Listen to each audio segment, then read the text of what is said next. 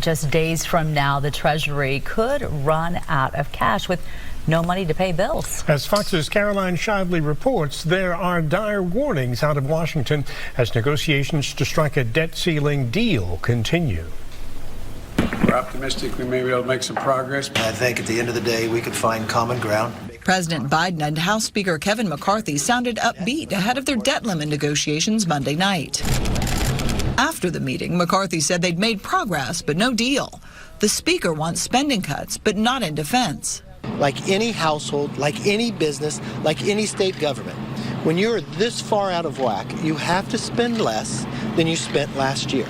The White House released a statement moments after McCarthy spoke, saying default is off the table, and the only way to move forward is in good faith toward a bipartisan agreement. Treasury Secretary Janet Yellen sent a letter to congressional leaders on Monday, reiterating that the Treasury may not be able to pay its bills by June 1st if the debt ceiling isn't raised or suspended. Democrats point out that could lead to catastrophic economic consequences for businesses and average Americans. The patriotic thing is to pay our debts. We've spent this money. The president should honor that spending. Negotiators from both sides have worked feverishly on Capitol Hill, trying to bridge the gap between the leaders. We need to come to terms quickly, given how long it takes to get anything through the House and through the Senate, especially with the deadline looming. Speaker McCarthy says he and President Biden will speak every day until they reach a deal. In Washington, Caroline Shively, Fox News. So how would the first debt default in U.S. history impact the average American? Michael Neuenschwander with Outlook Wealth Advisors joins us live to tell us more about it. Welcome and thanks for being here. First off, millions of Americans wouldn't get a paycheck? Yeah, thank you for having me. So, yeah, if we talk about what happens if they truly default, as we just heard, both sides are saying they're negotiating, but as of yet, we're still at a stalemate. And so the closest we got into this was actually back in 2011. And that's when the U.S. debt was actually downgraded. And so we're on the verge of that potentially happening again. And what that really means for us as the consumers, as the average citizens, is we're going to pay more for any kind of financing, meaning not only does the U.S. interest rates go up because of a default, but we're going to see that as consumers. So as we've been fighting high interest rates, they can get even higher. And we're more likely to tilt towards a recession, which means loss of jobs. And so, ultimately that can lead to a global recession is sort of what the fear, because the U.S. isn't the only country in this kind of financial shape, either. Millions and millions of Americans depend upon Social Security every month. How is that going to be affected by the debt ceiling?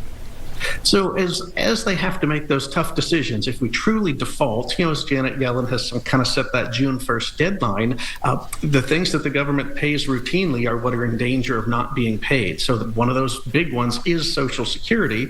You also have federal employees, and you also have veterans benefits. And those are the areas where ultimately people would get made up for that money. But if you have to go without, for even a month, that can be, truly devastating for some people.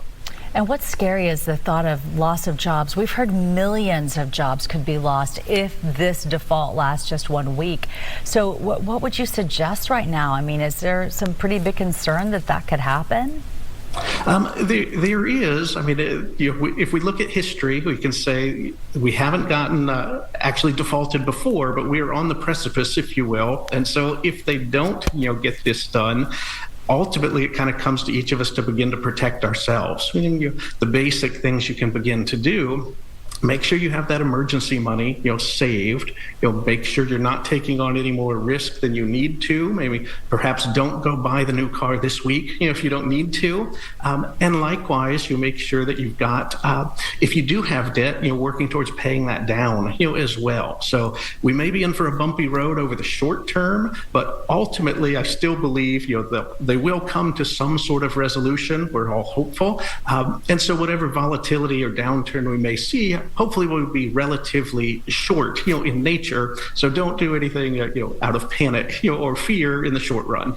Well, we're all keeping our fingers crossed, but typically the federal government is able to help Americans in an emergency, like the pandemic or recession. But this seems to be a whole lot different, right? Yeah, in those instances, the government sort of had, money in reserves. They could do those stimulus checks. They could send out extra funds to help the American people.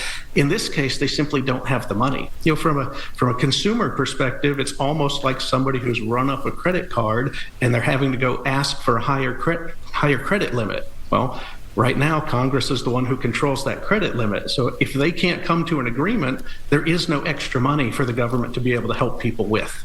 Okay, so I'm always a worst case scenario person because I just like to picture. Let's say that it doesn't happen. They don't reach a deal. Millions lose their jobs.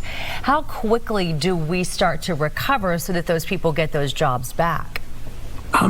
So if that happens, what we're likely to see is that kind of panic is that Congress will come back together and pass something. If they truly get to pass the deadline and they see those ramifications actually hit, meaning the market tanks, the economy goes into recession, millions of people are out of work, both parties will come together and ultimately pass, something to get those wheels unjammed and moving again. But as we've seen, even in the pandemic, when they acted very quickly, it still took 3, 4, 5 months for things to even begin to turn around. So it does take a little recovery time. All right, well, here's to hoping that does not happen in the first place. So fingers crossed, prayers said. Thank you for your time today. Thank you, Michael.